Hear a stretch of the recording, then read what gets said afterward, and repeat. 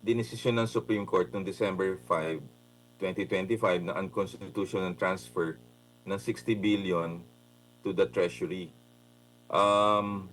Ito ho ay nag-uugat dahil sinabi ho ng Pangulong Bongbong Marcos noong September 20, 2025 before the 1 trillion flood control rally na in his rounds sa Pabeli Hospital, ipinasosoli ho ni President Marcos ang pondo pero hinintay pa ni Secretary Recto at hindi minandate ang National Treasury under Sharon Almanza. Siya naman po ay under the DOF. At nung nilabas yung December 5 Supreme Court na unconstitutional, hindi pa rin sinole ng Treasury to PhilHealth, bagkus ikinarga po yun sa 2026 General Appropriation Budget. Sa makatuwid, hindi nabayaran yung 60 billion, kinarga sa taxpayers' money, lumalabas parang double jeopardy.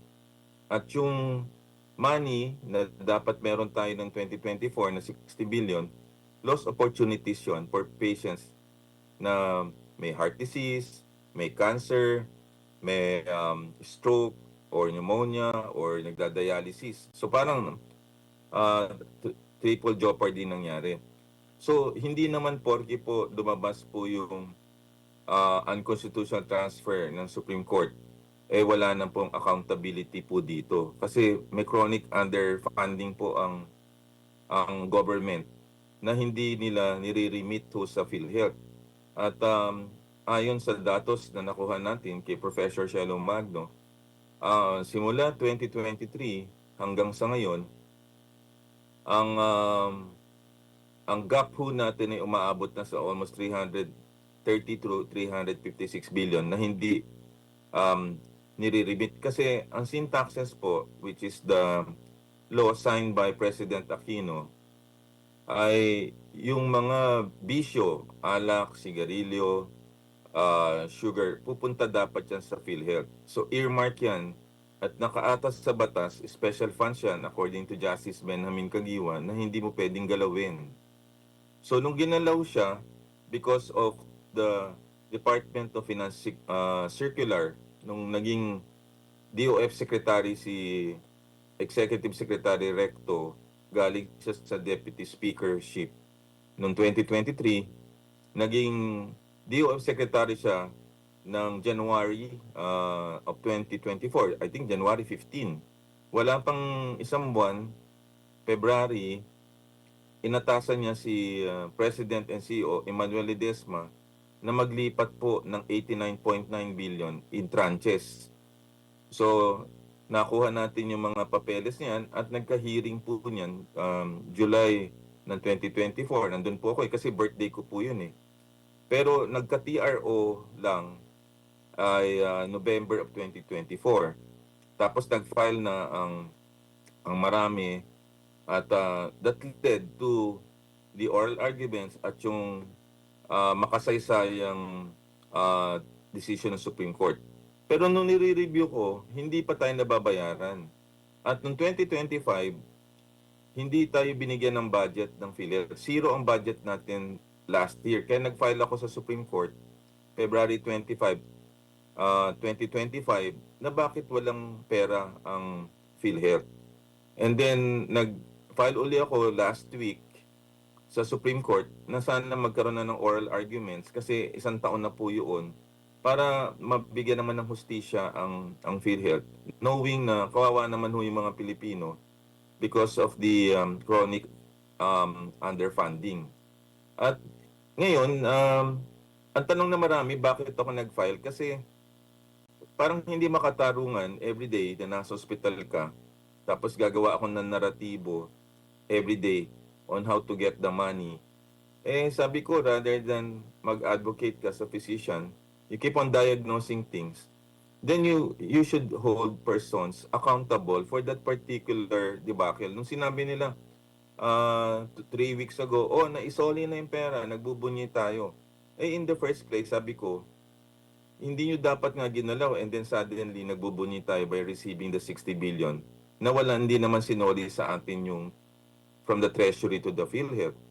So, nag-decide ako nung Monday mag-file at yaan na ang legal process na maging accountable. So, bakit lahat po sila? Kasi sila po yung pumirma ng paglipat po eh. Department of Finance, DBM, um, PhilHealth, DOH, ng paglilipat ng yon. So, whether you are past, current, or acting, kasama ho kayo dun sa paper trail niyan eh. Kaya lahat po yun, tatanungin natin ho. Kasi yung paglilipat po, yun ang una nating gustong sabihin. Yan po ayon sa aming abogado na si Attorney Nabwa, John Paul Nabwa, ay technical malversation under Article 220 of the Revised Penal Code. Yun ang una. Number 2, violation ng Republic Act number 7080 na anti-plunder law kasi lampas ito ng 50 billion ang pinag-uusapan.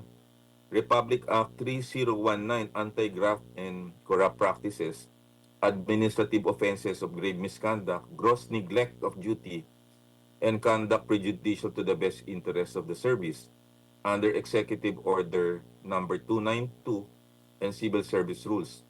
So ito po yung apat na hinain natin nung Lunes.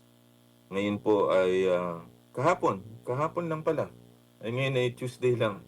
Parang ang bilis, ang daming nangyayari. So kahapon pala ako nag-file ng case. At yun ay tingin ko kailangan malaman ho ng taong bayan ito upang sa ganun malaman natin kung sino responsable dito. Kasi pag hindi ho natin ginawa ito, mauulit at mauulit ho ito at hindi mababayaran yung arrears ng government sa PhilHealth. Kasi ang sin tax law ay ginawa para pondohan ang Universal Healthcare Law na pinirmahan ni President Duterte. So si President Benigno Aquino, Pinoy, ang pumirma ng sin tax law para magkaroon ng pondo ang Universal Healthcare Law in 2019 na pinirmahan ni President Duterte. Ako po yung naging Independent Health Director ng PhilHealth representing the Monetary Board from 2016 to 2019. Ngayon, nung pumasok si President Marcos, nakita natin dito ang pagbabago kasi nung naging Secretary of Finance, si Secretary Recto, nagkaroon ho ng paglilipat na dapat hindi gagalawin. Kasi nga, gagalawin lang nyo po ang kung may excess funds. Wala nga excess funds kasi sabi ng Korte Suprema, gagamitin mo lang ang excess funds sa tatlong bagay. Number 1, para i-increase ang benefits, para bumaba yung gastusin pag na-hospital. Number 2, pababain ang premium rate. Let's say 5% to 3%. At pangatlo, kung merong emergency or contingency measures. Alam naman natin in a country na maraming problema, poverty, bagyo, and everything, mangangailangan tayo ng pondo ng PhilHealth. At sa dami ng sakit ngayon, because of lifestyle, yung top killer diseases ng country, kailangan talaga natin. Kasi one disease will make you poor right now. One middle class family can cost actually millions kagad pag na-admit. So sabi ko, sa sarili ko, kahit nag-iisa tayo, kailangan panindigan natin ito para sa taong bayan. Kasi hindi pwede po na nagdesisyon ang Korte Suprema ng pagkakamali ng mga tao pero wala naman ang paparusahan. Kaakibat ng desisyon ng Korte Suprema na hindi naman nila mapaparusahan kasi hindi naman pinray yun ng mga nag-file na sina former Senator Coco Pimentel, Sambayanan, at marami pang iba, kung yung sino ang may pagkakasala. Kasi yung accountability, yan po ipina-file po, yan ay sa ombudsman. Kaya yun ho ang proper jurisdiction po dito. Kaya yun po ang pangyayari kung bakit po ako nag-file. Kailangan ho natin na mag-voice out ho nito. Kasi kung hindi, ang kalusugan ng mamamayan ang magsasuffer po in the long run. Doc, meron pong paparating na budget cycle sa 2027. Dito po sa mga binanggit po ninyo na maliwanag na disservice sa sambayan ng Pilipino itong ginawa nila sa 60 billion fund transfer at naipaliwanag po ninyo kanina, Doc, no, kung bakit hindi ito dapat palampasin. Ito bang budget cycle, lalo pat mahalaga ang budget sa susunod na taon, Doc, election budget po ito. Ito bang inyo pong mga hakbang, umaasa po ba kayo na magkakaroon po ng pagbabago dito po sa budgeting, lalo po sa health sector, papunta po sa 2027? Napakaganda ng tanong mo. Tiniming ko talaga ito before the SONA at before the impeachment. Kasi pagka nag-start na yung impeachment process, tapos magsosona na, budget season na yon. Ngayon, if you enlighten the public right now about the chronic underfunding ng health, the health will be an election issue.